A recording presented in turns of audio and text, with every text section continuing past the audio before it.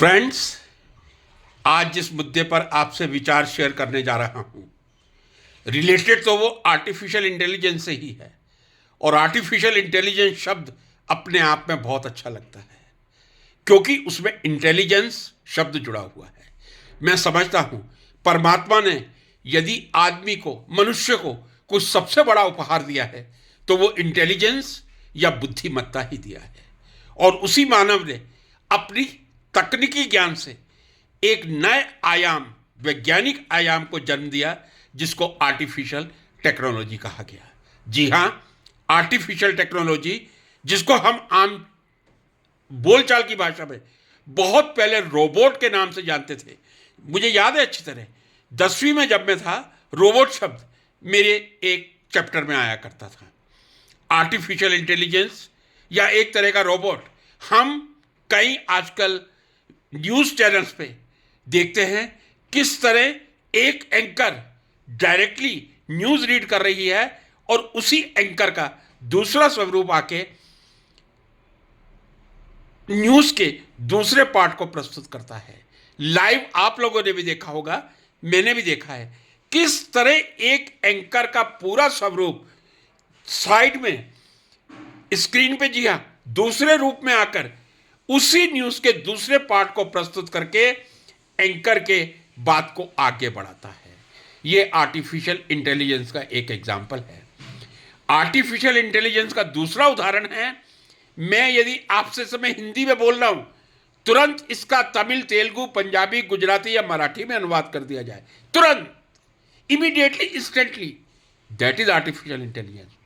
और यदि मैं आर्टिफिशियल इंटेलिजेंस का एक बहुत ही सिंपल उदाहरण देना चाहूं, जब आप अपना मोबाइल यूज करते हैं, गूगल सर्च में जाकर आप माइक का बटन ऑन करते हैं और आप बोलते हैं, सपोज आर्टिफिशियल इंटेलिजेंस ही आप बोलते हैं, तुरंत आर्टिफिशियल इंटेलिजेंस के बारे में जानकारी आपके सामने आ जाती है। लेकिन एक दुखद जो आर्टिफिशियल इंटेलिजेंस का दुरुपयोग है, बहुत ही दुर्भाग्यपूर्ण है। शायद परमात्मा ने मानव को इसलिए इंटेलिजेंट नहीं बनाया था और मानव ने इसलिए आर्टिफिशियल इंटेलिजेंस नहीं बनाई थी। आर्टिफिशियल इंटेलिजेंस के कई दुरुपयोगों से आप परिचित होंगे, जी हां, लेकिन मैं जिस ऐप का नाम पढ़ने जा रहा हूं और जो मैं रीड आउट करके आपको सुनाऊंगा, उसका नाम आपने सुना है या नहीं यह मैं नहीं कह सकता। जी हां, उस ऐप का नाम है डीप फेक।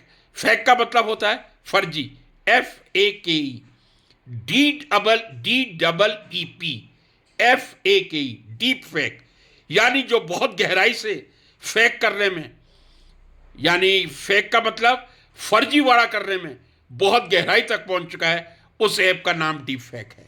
जरा उसकी प्रगति की दास्तां आपके सामने रीड आउट करना चाहूंगा। कितना दुरुपयोग इसका चल रहा होगा, जरा आप ये सोच लीजिए। सबसे पहले तो जो ये रीसेंट डेटा मेरे पास आया है, 71% लोगों को ये मालूम नहीं है डीप फेक ऐप का मतलब क्या है।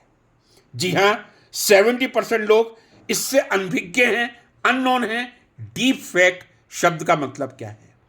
और यदि इसकी उपयोगिता की बात की जाए, 2019 से 2023 तक की बात करें, 4 वर्षों में इसका 550%, जी हां, 550% उपयोग बढ़ा है।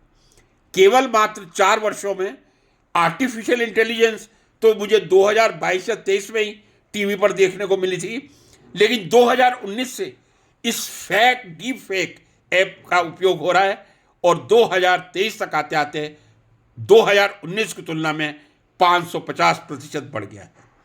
अगला डेटा और भी चौंकाने वाला है। 60,000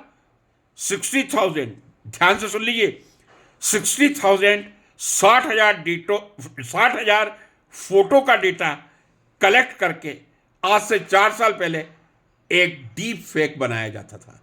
आज से 4 साल पहले एक डीप फेक बनाने के लिए 60,000 फोटो की जरूरत पड़ती थी, लेकिन आज इसके लिए एक फोटो ही काफी है। 60,000 फोटो की जगह एक फोटो से ही डीप फेक बन सकता है, केवल मात्र 4 वर्षों में।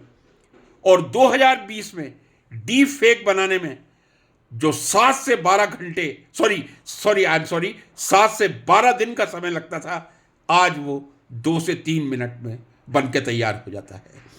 जिस गति से आर्टिफिशियल इंटेलिजेंस आगे बढ़ रही है, उसके कई मल्टी एक्सपोनेंशियली डीप फैक का दुरुपयोग आगे बढ़ रहा है। जिस सामग्री को बनाने में 7 से 12 दिन का समय लगता था, आज 2 या 3 मिनट में बन के तैयार हो रही है। ये टेक्नोलॉजी का मिसयूज है। किसी का चेहरा लगाकर किसी के बारे में क्या कह दिया जाए, कुछ नहीं कहा जाता है। लेकिन आर्टिफिशियल इंटेलिजेंस के ज़माने में एक बात सबको निश्चित कर लेनी चाहिए कि मशीनरी का उपयोग वही होना चाहिए जहां उपयोगी वस्तुओं में, जो बहुत इंपॉर्टेंट वस्तुएं हैं, इलेक्शन जैसी जो चीजें हैं, उसमें मशीनरी का उपयोग वही होना चाहिए जहां दूसरी वस्तु का उपयोग संभव नहीं है।